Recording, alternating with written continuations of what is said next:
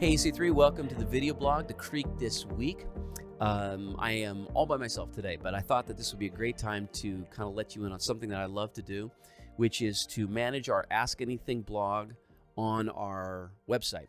And this is basically a chance for you or maybe any friend that you have who might be seeking, investigating, maybe new to the faith, who has maybe a thorny intellectual issue. And they want to ask that question, and maybe they don't feel like they could because they'd be, run out of the church or something like that. Well, the blog truly is a place where you can ask anything, and we get all kinds of questions. So I wanted to give you an example of it this week and give you a sense of kind of how that little dialogue goes on and the kind of questions that come in. And this particular one has to do with prophecy. And those, by the way, are some of the most popular question and answers that we do there. And I'll just give you an example of this. Now, the specific question is super controversial because it relates to COVID vaccines and mandates. But it also relates to how we read the Bible and a specific part of the Bible, like the prophetic parts of it. So I think it's going to be edifying for you, even if you're so done with the whole COVID thing and mandates and all that kind of stuff, where you see us coming out of the pandemic or something like that. So this person asks a question that relates to COVID mandates and prophecy, and I think the answer helps us kind of know how to read those parts of the Bible that we're all super interested in, which is the parts that predict the future and the second coming of Jesus. And Christians and non-Christians even are very interested in it. So here's the question. Rick, what's the relationship between COVID vaccines and the mandates surrounding them and the mark of the beast? The reason why I ask is because so many places are still hunkering down in a coercive stance that says, basically, get the vax or be cut off from society. Does the Bible say that there will come a time when you can't buy anything, go anywhere, basically live without the mark of the beast? Another friend of mine has amplified fears about this and wonders if a Christian can lose their salvation if they take the mRNA jab. So, like I said, this may not be a total non-issue for you, but the way I tell this person in the question and answer, to begin to answer the question, is that we have to kind of know how Christians typically read the prophetic parts of it, including this prediction of the mark of the beast, which is so, famous. It's made its way into pop culture in songs and rock music and 666 and that whole thing. So basically, we should understand that there's two ways Christians have historically looked at the prophetic elements of the New Testament. Two fancy words summarize the views: the preterist view and the futurist view. The preterist view basically says that all the predictive elements of the New Testament that talk about the things, the signs of the coming of Jesus, have all been fulfilled.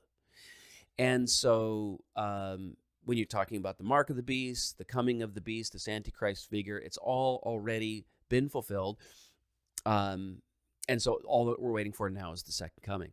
There's the futurist view, which takes all those predictions and believes that they're all yet future, and that there's almost nothing that was relevant for the first century audience because all those predictions made by Jesus and by Paul and by John in Revelation were all relevant only to that last generation, the generation at the time of the coming of Christ. Well, I think that there's a middle view, and this is the view that I take, and that's that you can have legitimate prophetic elements that had an immediate relevancy for the first century audience to which they were written, and that they were fulfilled for them in some way, but that also had a future layer that was yet to be fulfilled, that's yet future to them. And so in some sense, that's a melding of the preterist and the futurist view. And you say, well, why would you have any justification looking at the Bible that way? Well, we look at the Old Testament like that. The Old Testament has elements of prophetic elements that look way forward to Jesus, but they had some immediate fulfillment in the lifetimes of the prophets, like Jeremiah or Isaiah. So, in the case of the mark of the beast, you can actually make a case to say that the early first century audience looked at the mark of the beast and would have seen it as being fulfilled inside of the Roman system, the emperor cult, and either being fulfilled in Diocletian, who persecuted Christians at the end of the first century, or in Nero, who persecuted the church in the middle of the first century. But you can also then say that that these prophecies that have found fulfillment in these first century figures that the early church would have known and been familiar with could also directly relate to something at the time of the end. And the New Testament sets the table for that, because John will say in his letter, 1 John chapter 2, verse 18, that you have heard that the Antichrist was coming. But even now, he says, many antichrists have come. So there's that sense in which there's this layered idea to the very idea of an antichrist, a usurper, a demonically inspired, one world figure, and that this person could have already come, John says, but then that there is the one which is yet to come. So there's that sense of layering is already set there in the New Testament. So what does this mean when it comes to the mark of the beast? Well, it could be that the early Christians saw the mark of the beast, 666, as literally referring to Nero, or maybe even to Diocletian, but that there may be some future fulfillment of it. So now, with that foundation laid, we can kind of legitimately ask whether something that's going on now might relate to the mark of the beast. And I would say that we don't have to put the COVID vaccine or mandates into that camp at all.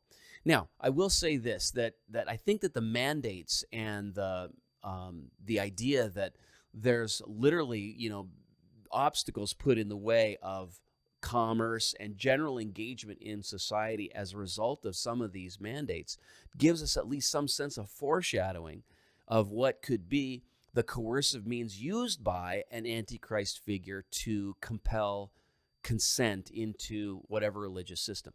But this is why we can be certain that the jabs are not the mark of the beast, is because the mark is associated with that antichrist figure. It's his mark, after all. It's the mark of the beast, right? So while we may get some sense of what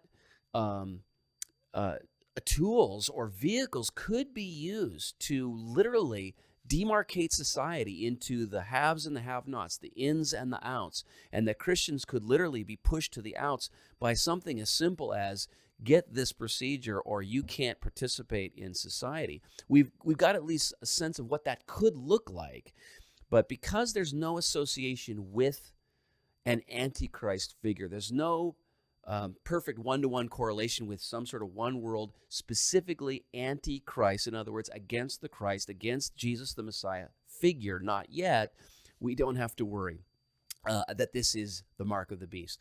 And most importantly, we don't have to worry that we would accidentally somehow forfeit our salvation if we participated in the vaccine program. So why would we say that? Well, just simply because you will know the deep association between this mark. It's an explicit way of demarcating people in society, and it will be about the Antichrist figure versus Jesus himself. And so short of that deep association, there's no concern that we need to have about the vaccines. They may be good medicine or bad. They may be beautifully applied or not beautifully applied, depending on your perspective. But what we can, I think, say for certain that's that they're not the mark of the beast. Well, if you have questions that are just as controversial as that, or just as interesting as that, or maybe just a sticky point that you have or a friend has, I just encourage you to look onto our website. Go look at Ask Anything.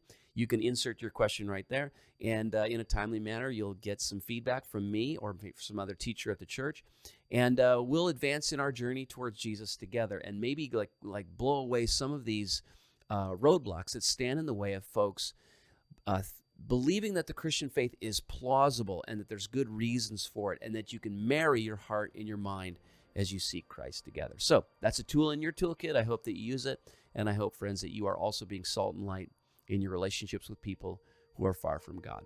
All right, we'll see you guys next week.